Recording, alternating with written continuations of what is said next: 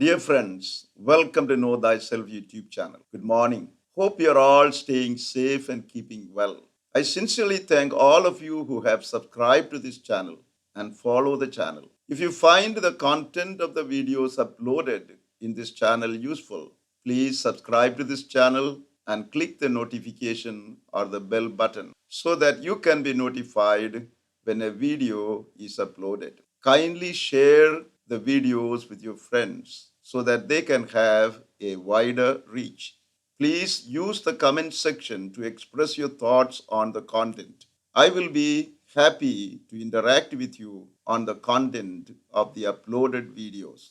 In today's Know Your Body segment, we will talk about the digestive system. The digestive system is designed to turn food we eat into nutrients. The body uses these nutrients for energy generation, growth, and cell repair. The digestive system is made up of the gastrointestinal or digestive tract, which includes the mouth, the throat, the esophagus, the stomach, the small intestines, the large intestine or the colon, the rectum, and the anus.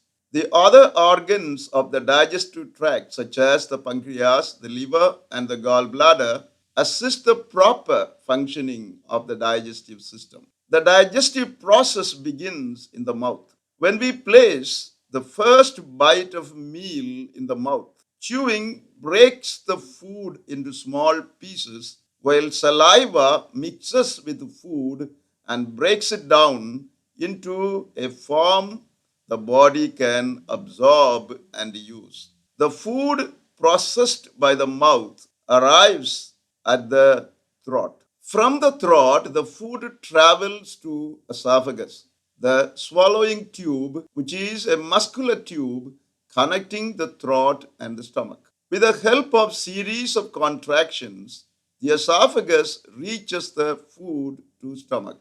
The joining point of the esophagus and the stomach is a high pressure zone which contains esophageal sphincter, a valve meant to keep food from passing backwards into the esophagus.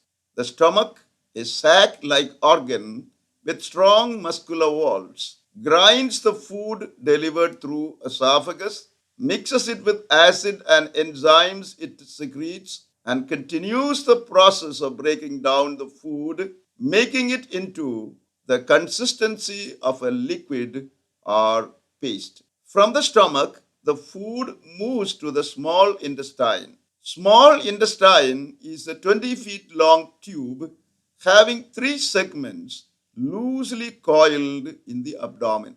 When food arrives at the small intestine from the stomach, pancreas, liver, and the gallbladder assist the small intestine to perform its function of further processing the food.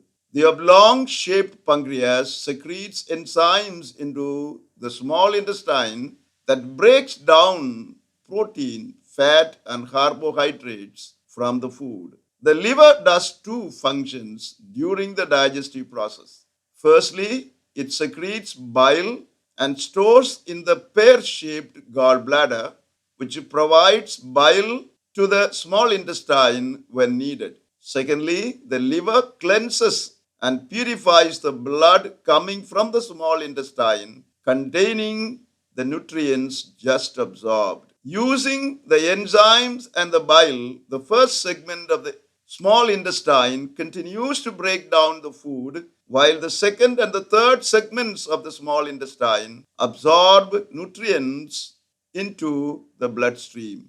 When all the absorbable nutrients are absorbed from the food, the leftover food is handed over to the large intestine or the colon.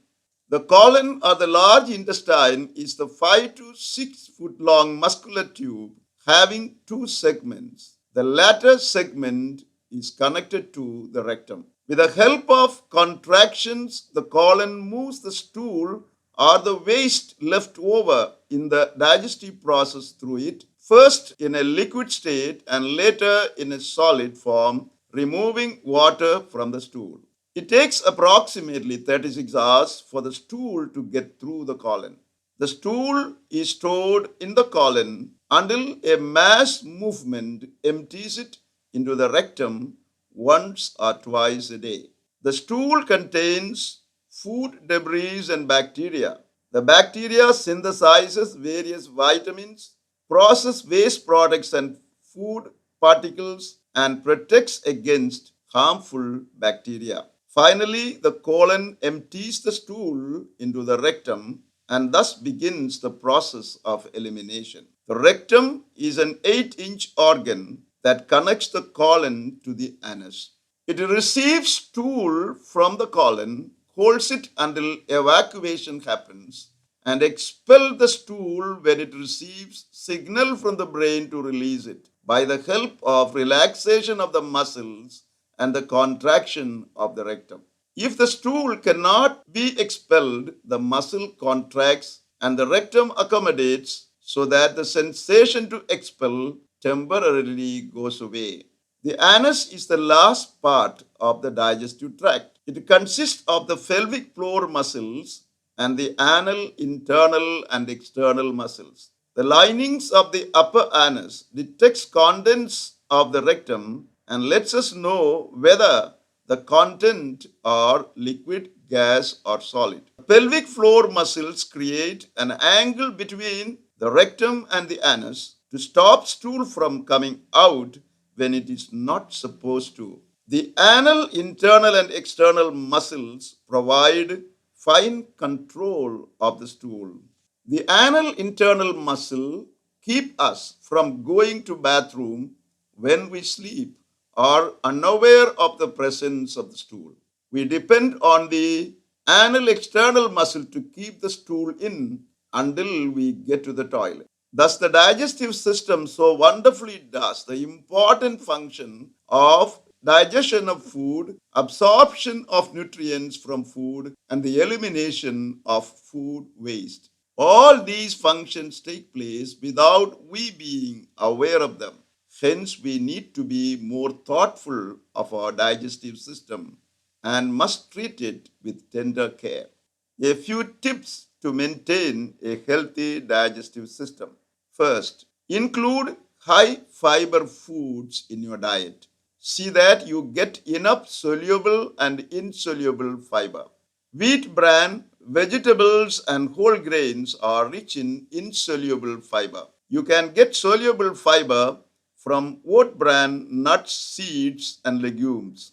Second, limit the intake of high fat foods as they can slow down digestive process and lead to constipation. Third, eat lean meat instead of red meat, always with a portion of vegetables or whole grains. 4. Have a schedule for eating. Maintain the schedule as regularly as possible. 5. Stay hydrated. Drink needed amount of water as it is good for digestive health. 6. Avoid smoking, excessive caffeine, and alcohol as they interfere with the functioning of the digestive system and can lead to stomach ulcers and heartburns. 7. Exercise regularly and stay active as it facilitates bowel movement and reduces constipation. 8. Manage your stress level as stress and anxiety affect the digestive process. Find a stress reducing activity suitable for you and practice it regularly. Thank you for watching this video. Stay blessed until we see you again with another video.